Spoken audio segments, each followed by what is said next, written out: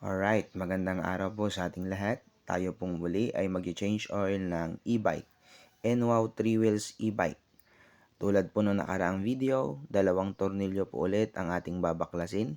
Isa sa taas na size 12 at isa sa baba ang drain plug na size 10. Sa pagkakataong ito, nagdi-drain na po ng langis ang e-bike na ginagawa natin at meron po itong 50 to 75 ml na langis. Kapag isasalin nyo po ang Yamalube 100 ml, may matitira pa pong 25 ml dito. Ayan po.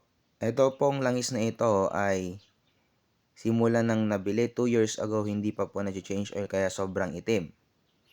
Ayan, pinipesto na po kung paano ilagay ang langis.